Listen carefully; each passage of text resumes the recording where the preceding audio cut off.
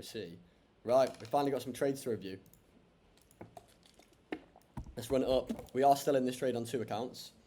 2 of my instant fundings, both live. So 1 account here. Let's move my camera. Put it here. 1 account there, and then another here. Every other account, Forex wise, hit TP. So we hit TP on the 10k. Going to request a payout when my payout date arises in the next 9 days. So $300 profit there. Eval, what profit did we get on this? 4k profit on there, because I had to under risk slightly because I got slipped on this piece. And 50k. This one's still, oh, this 50k of ACG is still open. I did not realize that. Okay, apparently we have 3 accounts open then, I assume, unless this is open. Yes, we have 3 accounts open. I did not realize that. That's good that I checked. I thought only 2 of them were open. Let's have a look again. Yes, they are still 3. Okay, that's fine. We'll wait for them to hit TP or SL, whatever happens. But essentially, yeah, we're hit TP on most accounts here with gold, just because they got a slightly different entry, just because they're different firms, and also sometimes the entry is just slightly different when I copy it over, so nothing to worry about, but got to stay active.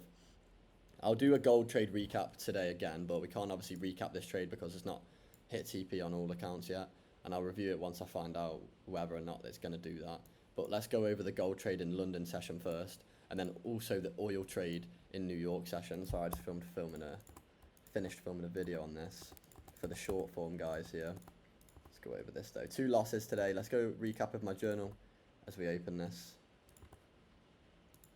Here, this is the current standings. Now I've put 3 risk to reward on here, and I'll update it if it's a different one, but most of my accounts hit TP, so I've put it on the journal already. The futures accounts took 2 hours. Forex, one loss, 1 win. So oil trade, previous session level sweep, you know what I mean, break, like fake out, break of structure, entered right here, stopped immediately. In terms of the bias, oil's been really bearish daily. That's 5 candlesticks, 4 hour. Here's the scope of this. Bearish on all time frames for me. Okay, things, no highs haven't been raised.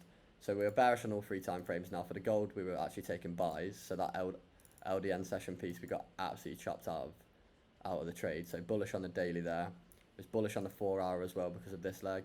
And then the 1 hour was still bullish. However, we might have broken structure to the downside now. So today could be a bit of a different read. 1, 2, 3 highs. I think we've broken structure to the downside now. 1, 2, 3 lows.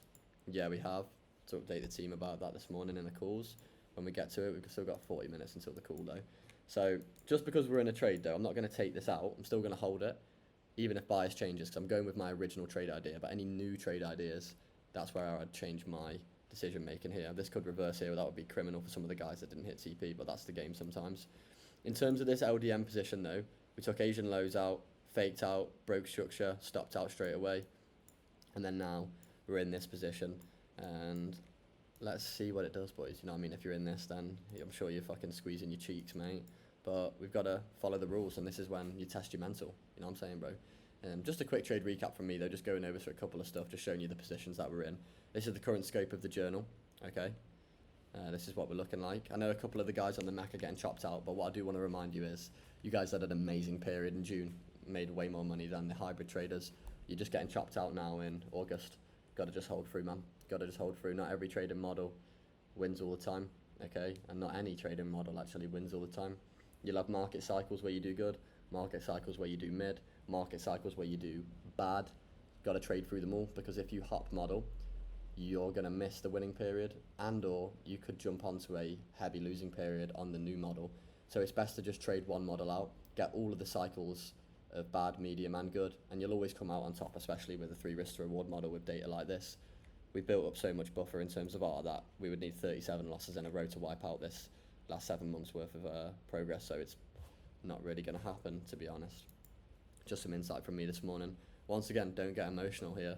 I know a lot of guys might wake up this morning to this and freak out because they didn't hit TP so close, but so far, you know what I'm saying? It doesn't matter if it's a millimeter or a mile away from TP or SL, it's all the same. We're still waiting for the same shit, still not reacting, still abiding by our rules.